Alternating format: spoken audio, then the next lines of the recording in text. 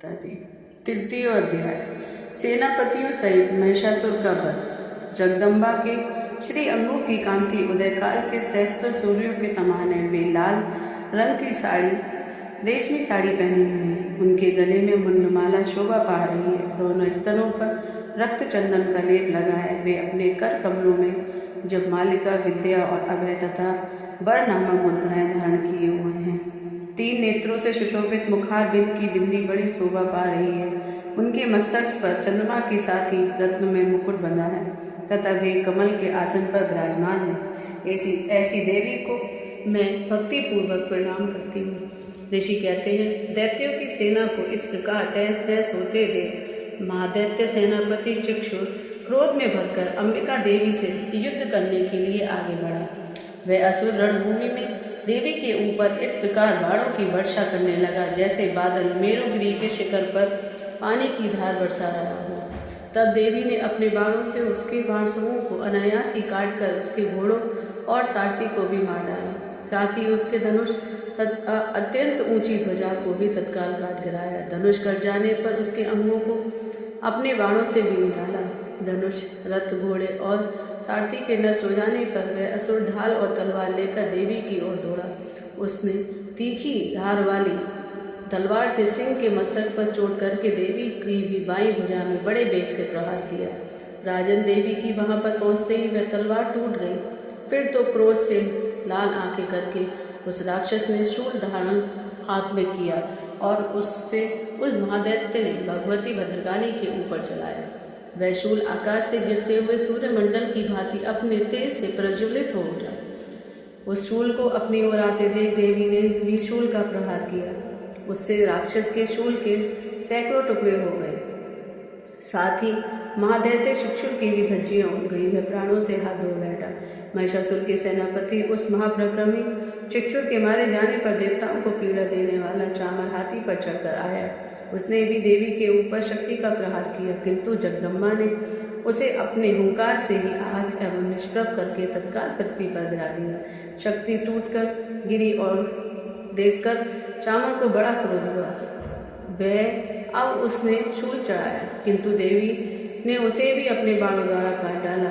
इतने में ही देवी का सिंह उछलकर हाथी के मस्तक पर चढ़ बैठा और उस दैत्य के साथ खूब जोर लगाकर वह युद्ध करने लगा। वे दोनों लड़ते लड़ते हाथी से पृथ्वी पर आ गए और अत्यंत क्रोध में भरकर एक दूसरे पर बड़े भयंकर प्रहार करते हुए लड़ने लगे। तदंतर सिंह बड़े वेग से आकाश की ओर उछला और उधर से गिरते समय उसने पंजों की मार से चामर का सिर धड़ से अलग कर दिया। इसी प्रकार उर्गद्य भी शिला और वृक्ष आदि भी मार खाकर रणभूमि में देवी के हाथों से मारा गया तथा कराल भी दांतों, मुक्कों और थप्पड़ों की चोट से धराशायी हो गया। क्रोध में भरी हुई देवी ने गदा की चोट से उद्धत का कचूमर निकाल लाया। बिंदीपाल से बाष्कल को तथा बाणों से ताम्र और अंधक को मौत के घाट उतार दिया। 3 नेत्रों वाली परमेश्वरी ने त्रिशूल से उग्रास्य, उग्रवीर तथा मां हनु नामक दैत्यों को मार डाला। तलवार की चोट से विडाल के मस्तक को धड़ से काट गिराया। दुदुर और दुर्मुख, इन दोनों को भी अपने बाणों से यमलोक भेज दिया। इस प्रकार अपनी सेना का संहार होता देख महिषासुर ने भैंसे का रूप धारण करके देवी के गढ़ों को त्रास देना आरंभ किया। किन्हीं को तुतुन से मारकर, किन्हीं के ऊपर खुर का प्रहार करके, किन्हीं को पूंछ से चोट पहुंचाकर, कुछ को सींग से विदीन करके, कुछ गढ़ों को वेग से, किन्हीं को सिंगनाद से, कुछ को चक्कर देकर और कितनों को निश्वास वायु के झोंके से धराशायी कर दिया। इस प्रकार गणों की सेना को गिराकर वह असुर महादेवी के सिंह को मारने के लिए झपटा। इससे जगदम्बा को बड़ा क्रोध हुआ। उधर महापराक्रमी महिषासुर भी क्रोध में भरकर धरती को क्रोध से खोदने लगा तथा अपने सींगों से ऊंचे ऊंचे पर्वतों को उठाकर फेंकने और गरजने लगा। उसके वेग से चक्कर देने के कारण पृथ्वी क्षुब्ध होकर फटने लगी। उसकी पूंछ से टकराकर समुद्र सब ओर से धरती को डुबोने लगा। हिलते हुए सींगों से आघात से विदीर्ण होकर बादलों के टुकड़े टुकड़े हो गए। उसके श्वास की प्रचंड वायु से वेग से उड़े हुए सैकड़ों पर्वत आकाश से गिरने लगे। इस प्रकार क्रोध में भरे हुए उस महादैत्य को अपनी ओर आते देख चंडिका ने उसका वध करने के लिए महान क्रोध किया।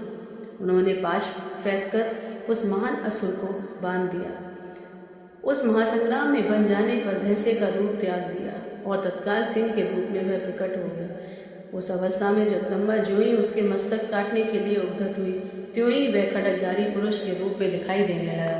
तब देवी ने तुरंत ही बाणों की वर्षा करके ढाल और तलवार के साथ उस पुरुष को भी बीन डाला। इतने में ही वह मान गजराज के रूप में परिणत हो गया तथा अपनी सूंड से देवी के विशाल सिंह को खींचने और गरजने लगा। खींचते समय देवी ने तलवार से उसकी सूंड काट डाली। तब उस महादैत्य पुनः भैंसे के रूप शरीर धारण कर लिया और पहले की भांति चराचर प्राणियों सहित तीनों लोगों को व्याकुल करने लगा।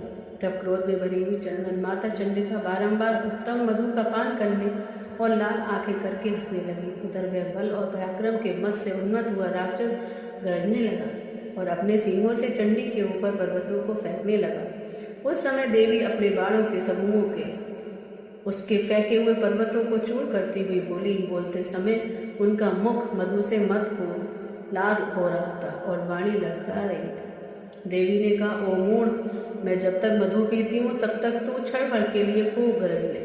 मेरे हाथ से यहीं तेरी मृत्यु हो जाने पर अब शीघ्र ही देवता भी गर्जना करेंगे। ऋषि कहते हैं, यूँ कहकर देवी उछली और उस महादैत्य के ऊपर चढ़ गई। फिर अपने पैर से उसे दबाकर उन्होंने शूल से उनके कंठ में आघात किया। उनके पैर से दबा होने पर भी महिषासुर अपने मुख से यानी कि दूसरे रूप से बाहर होने लगा। अभी आधे शरीर से ही वह बाहर निकलने पाया था कि देवी ने अपने प्रभाव से उसे रोक दिया। आधा निकलकर होने पर भी वह महादैत्य देवी से युद्ध करने लगा।